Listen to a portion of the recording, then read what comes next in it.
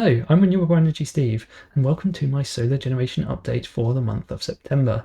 I have 32 panels across different orientations, so what did they all generate and how did they compare against each other, against installer targets and independent targets, along with previous years? I also asked the question, what did we save and how much did it affect our energy bills? To begin with, here is an overview of my system, which was installed in 3 different phases at different times. On the south side of the roof, we have 12 SunPower Maximum 3 430 watt panels paired with a SolarEdge 5 kilowatt inverter and optimizers.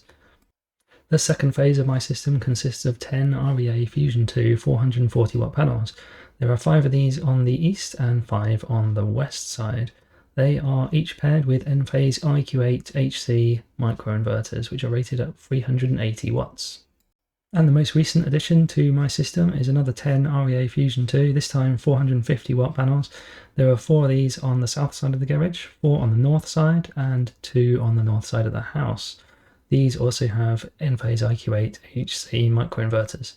And for storage, we have 2 second generation Tesla Powerwalls, giving us 27 kilowatt hours of usable capacity and 10 kilowatt hours of continuous output.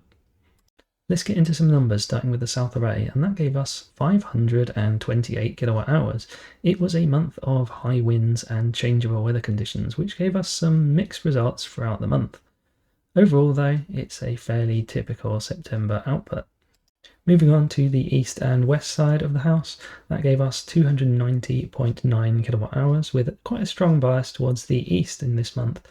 That is a result of more morning sunshine than evening sunshine, but also the chimney on the west side, that's starting to shade some of these west side panels, which means that the results across the array are less consistent and less uniform than they had been previously. Moving on to the garage and north-facing array, we have a total of 284.6 kilowatt hours, with, as you might expect, a strong bias on the south side versus the north side. The north-facing garage panels still, they outperform the north-facing house panels, which is interesting. Now that's down to the 30-degree gradient rather than the 40, but it should be interesting to see how that progresses as the sun gets lower and lower.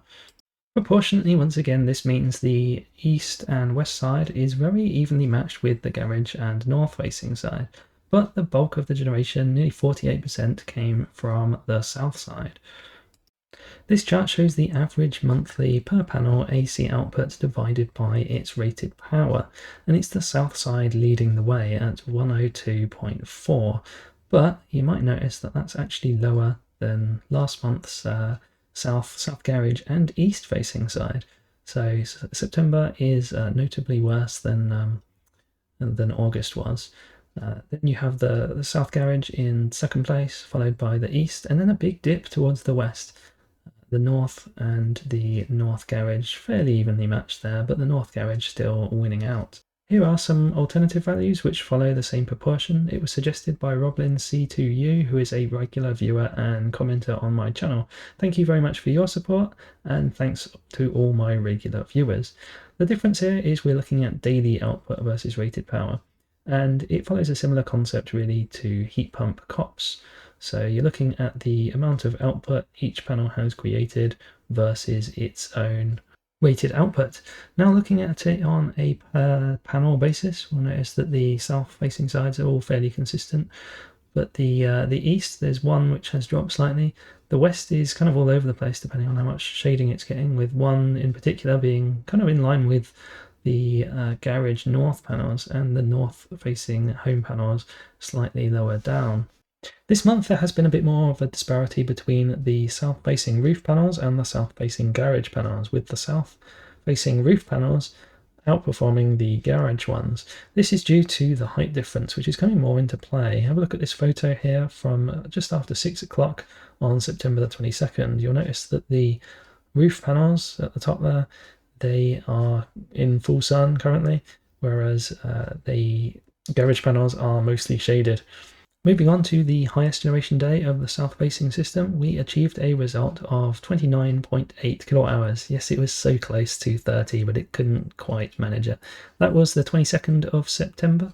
We had a peak output of 4.71 from that particular system, which is higher than the last couple of months due to the cooler temperatures, although this particular day actually wasn't that windy at all. The highest generation day for the east and west aspects is significantly lower than previous months at 16.43 kilowatt hours, which that was achieved on the 8th of September.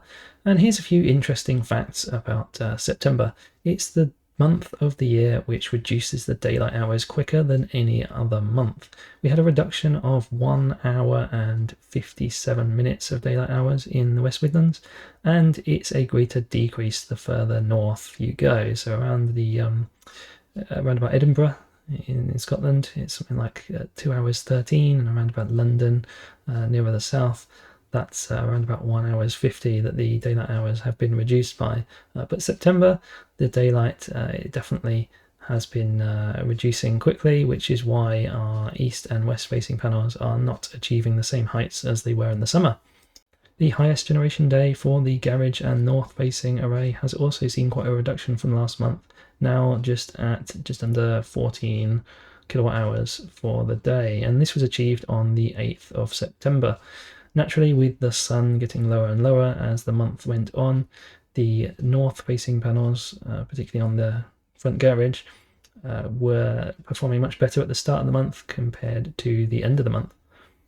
Onto the lowest generation day for the south facing system, and that was 4.42 kilowatt hours. That was achieved on both the 20th and the 27th, precisely the same value. What are the chances of that? They were achieved in slightly different ways, with the peak just a little bit higher on the 20th than the 27th, but it was identical output.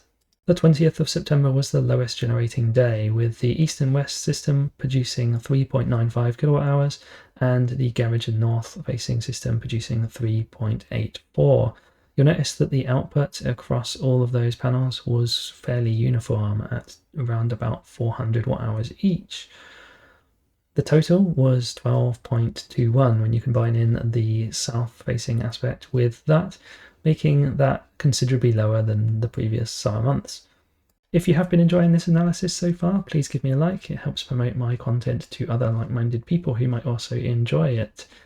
Also, let me know what were your highest and lowest generating days of the month, and how has your September compared to targets and previous years? I'd love to hear from you. Moving on to comparisons versus our own targets, and our PV watts targets actually were slightly missed, making that the second time in the year that we've not managed to achieve our PV watts targets. But interestingly enough, the installer targets, which are usually higher, were met. We managed to just about exceed them. So overall, we're probably about where we should be for September on the south-facing side. So while unfortunately we did lose that winning streak versus our PV watts targets, which had been running 6 months in a row, there has been another trend emerging which we haven't shaken, and that's the fact that we managed to beat our 2024 targets by what looks to be quite a consistent value every single time. You'll notice that June, July, and August, and now September, we've actually outperformed our 2024 results by a very similar amount. So it'll be interesting to see if that continues through to October. Where September 2024 was a disappointing result, where we only achieved 407 kilowatt hours, we managed to achieve that same amount by the 24th of this month in 2025. Looking at our east and west generation targets, we managed to exceed our PV watts targets by just 3.9 kilowatt hours, the slenderest of margins, but it was enough to keep our winning streak into month 7. No previous data to compare this one to until we get to the month of November, but you'll notice that the summer months have been really good to us, and things have just started to normalise in August and September. Looking at the generation for our garage and north-facing aspects, we once again managed to narrowly exceed the PV watts targets and also the installer targets.